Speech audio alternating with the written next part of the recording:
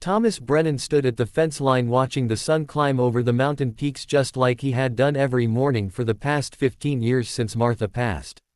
His hands rested on the weathered wood and he could feel the grain beneath his palms worn smooth by time and weather. The ranch stretched out before him with its golden fields and distant cattle, and he knew every inch of it like he knew the lines on his own face. He was 53 years old now, and sometimes he caught himself talking to the horses more than he should. They were good listeners though, and they never asked questions he couldn't answer. The loneliness had become like an old coat he wore without thinking about it anymore. It kept him warm in its own strange way, even if it wasn't the kind of warmth he remembered from before. His brother James had been pestering him for months about getting some help around the place. James lived in town with his wife Carol, and they worried about Thomas out here by himself. He'd finally agreed just to stop the nagging, and James had said he knew someone who could arrange for a housekeeper. Thomas didn't ask too many questions because he figured it didn't matter much who showed up as long as they could cook and didn't talk his ear off. That morning started like any other. He fed the horses and checked on the cattle and came back to the house for coffee that he'd make himself like always. He was standing at the kitchen sink looking out the window when he saw the dust trail on the road. Vehicles didn't come out this way often, and for a moment his heart did a little jump, thinking something might be wrong. The car pulled up in front of the house and sat there for a minute before the door opened. Thomas wiped his hands on his jeans and walked to the front porch, expecting maybe it was James or the feed supplier. What he saw instead made him stop right there on the top step. A woman got out of the car. She was wearing a cream-colored dress that seemed too fancy for ranch country, and she had dark hair that fell past her shoulders. She reached into the back seat and pulled out a suitcase that looked like it had traveled 1,000 miles. When she turned around and saw him standing there, she went very still. "Mr. Brennan," she called out, and her voice carried across the yard with a slight tremor in it. "That's me," he said, and walked down the steps slowly because something about this didn't seem right. She came forward and he could see now that she was younger than him by maybe 10 years or so, and she had kind eyes that were trying to hide worry. "I'm Eleanor Hayes," she said, and set down her suitcase. "I was told you were expecting me." Thomas scratched the back of his neck and looked at her suitcase and then back at her face. "Ma'am, I was expecting a housekeeper, but I think there's been some kind of mistake." The color drained from Eleanor's face and she put one hand to her throat. "A housekeeper," she repeated. "Mr. Brennan, I was told. The agency said you were looking for." She stopped and took a breath. "I'm a mail-order bride." The words hung in the air between them like smoke, and Thomas felt his stomach drop. He thought about James and the phone calls and the way his brother had been so eager to help, and suddenly it all made a terrible kind of sense. "Oh Lord," Thomas said, and took off his hat to run his hand through his hair. "Ma'am, I am so sorry. I think my brother. He must have. I didn't know anything about this." Eleanor's eyes filled with tears, but she blinked them back fast. "I sold everything I had," she said quietly. "My apartment in Chicago. My mother's furniture. I used the last of my savings to get here." She looked around at the ranch and the mountains, and her shoulders started to shake. "I have nowhere else to go." Thomas had never felt so low in his entire life. This woman had come all this way thinking she was starting a new life, and instead she'd found a confused old rancher who didn't know up from down. He stood there looking at her, and something in his chest that had been closed up tight for 15 years started to crack open just a little. "Now hold on," he said, and his voice came out gentler than he expected. "Let's just take a breath here. You came all this way and that wasn't your fault. Come inside and we'll figure something out. I'm not going to leave you stranded." Eleanor looked at him with those eyes that were trying so hard to be brave, and she nodded. Thomas picked up her suitcase, and it was heavier than he expected, and he wondered what pieces of her life she'd packed inside it. He led her into the house, and it occurred to him that no woman had walked through that door since Martha died. The kitchen was clean enough because he kept things tidy, but it was plain and worn, and he saw it now through her eyes. She sat down at the table and folded her hands in front of her, and he put on a pot of coffee because it was the only thing he could think to do. "I'll call my brother," Thomas said. "We'll sort this out. Maybe there's a hotel in town or something until we figure out what to do." "The nearest town is 40 miles away," Eleanor said softly. "I saw the signs." Thomas poured 2 cups of coffee and sat down across from her. Up close he could see the tiredness in her face and the way her hands trembled just slightly. "Tell me what happened," he said. How did you end up here? So she told him. Her voice was quiet but steady as she explained that she'd been a schoolteacher in Chicago for 20 years. She'd been married once a long time ago but he died young and she never found anyone else. Her friends had all moved away or gotten busy with their own families and she'd found herself alone in a city that felt colder every year. She'd seen an advertisement for a matchmaking service that connected people looking for fresh starts and she'd thought maybe it was time to be brave. They showed me your picture, she said and looked down at her coffee. They told me you were a widower who ran a ranch and needed a partner. Someone who understood hard work and quiet living. It sounded like maybe we'd both been lonely long enough. Thomas felt something twist in his chest. He thought about James and how his brother had probably thought he was doing something good. James had always been the fixer in the family and he'd never understood that some things couldn't be fixed with a phone call and good intentions. I'm sorry, Thomas said, and he meant it more than he'd meant anything in a long time. This isn't right what happened to you. But you're here now and you're tired and I'm not going to send you away tonight. The spare room is clean and you can stay as long as you need to figure things out.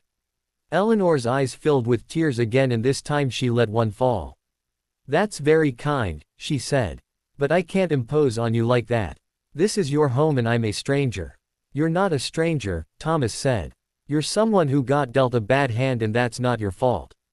Besides, and here he managed a small smile, I could actually use some help around here and if you're willing to stay for a bit maybe we can work something out. I'll pay you fair wages and give you room and board and you can take your time deciding what comes next. They sat there in the kitchen while the sun moved across the floor and somewhere outside a meadowlark was singing. Finally Eleanor nodded and said, all right, in a voice so soft he almost didn't hear it. The days that followed were strange for both of them. Thomas showed Eleanor around the ranch and explained how things worked and she listened carefully and asked good questions. She took over the cooking and the first night she made pot roast that melted in his mouth and he realized he'd been living on beans and toast for longer than he wanted to admit. They worked out a rhythm without talking about it much. He'd get up early and do the outside work while she'd handle the house and the garden she started in the side yard. They'd have breakfast together and dinner and sometimes they'd sit on the porch in the evening and watch the stars come out. They didn't talk a lot at first but the silence between them wasn't uncomfortable. It was the kind of quiet that comes when two people are both thinking their own thoughts but don't mind sharing the space. Eleanor had a way about her that reminded Thomas of steady rain. Not the dramatic storms that blow through and knock everything down but the gentle kind that soaks in deep and makes things grow. She never rushed him or pushed him to talk but when he did say something she listened like it mattered. She'd hum while she worked in the kitchen and sometimes he'd catch himself stopping just to hear it. One evening about 3 weeks after she'd arrived Thomas found her sitting on the porch steps looking out at the mountains. The sun was setting and everything was painted gold and pink and she had tears running down her face. He almost turned around to give her privacy but something made him walk over instead. You all right? He asked and sat down beside her leaving a respectful distance between them. I was just thinking, Eleanor said and wiped her eyes. When I left Chicago I thought I was running away from loneliness. But maybe I was running towards something instead. I just didn't know what it was yet. Thomas looked at the mountains and thought about all the years he'd spent here alone. I know what you mean, he said. After Martha died I thought the loneliness would kill me. But then it didn't and I got used to it. Started thinking maybe that was just how life was going to be from here on out. Do you miss her? Eleanor asked and there was no jealousy in the question, just honest curiosity. Every day, Thomas said. But not the way I used to. Now it's more like she's part of the landscape. She's in the house and the land and the way the light falls in the morning. I don't talk to her anymore but I feel like she's still here somehow. Eleanor nodded and they sat there while the stars started to appear. I think she'd be glad you're not alone anymore, she said finally. Something shifted in Thomas then. He'd been carrying guilt around like a stone in his pocket for even considering that maybe having Eleanor here was nice. It felt like a betrayal somehow, like he was forgetting Martha. But hearing Eleanor say that made him realize that Martha would have wanted him to keep living. She'd always said life was for the living and sitting around waiting to die wasn't any kind of tribute to love. The seasons changed and Eleanor stayed. They never talked about whether it was permanent or temporary because neither of them wanted to break whatever spell they were under. She planted flowers around the porch and fixed the curtains in the living room, and slowly the house started to feel like a home again instead of just a place where Thomas ate and slept. He found himself noticing little things about her. The way she'd stand at the kitchen window in the morning with her coffee and watch the sun come up. How she'd always leave him the last piece of pie without mentioning it. The careful way she'd fold his shirts when she did the laundry, making sure the collars laid flat. These small acts of care undid him in ways he couldn't explain. One afternoon in late summer, Thomas was mending a fence when his hand slipped and he gashed his palm on a piece of wire. It wasn't deep, but it bled like crazy, and he walked back to the house holding a rag around it. Eleanor took one look and sat him down at the kitchen table and cleaned it up with gentle hands. "You need to be more careful," she said, and her voice had a scolding tone that made him smile. "Yes, ma'am," he said, and watched her wrap his hand in clean gauze. When she was done, she didn't let go right away. She held his hand in both of hers and looked at the bandage and then up at his face. "Thomas," she said, and it was the first time she'd used his first name. "I need to tell you something." His heart started beating faster and he nodded. "I came here thinking I knew what I wanted," she said. "A fresh start. A practical arrangement. Someone to share the work and the days with. But somewhere along the way this became more than that. At least for me it did." She took a breath. "I don't want to make you uncomfortable, and if you want me to go I will.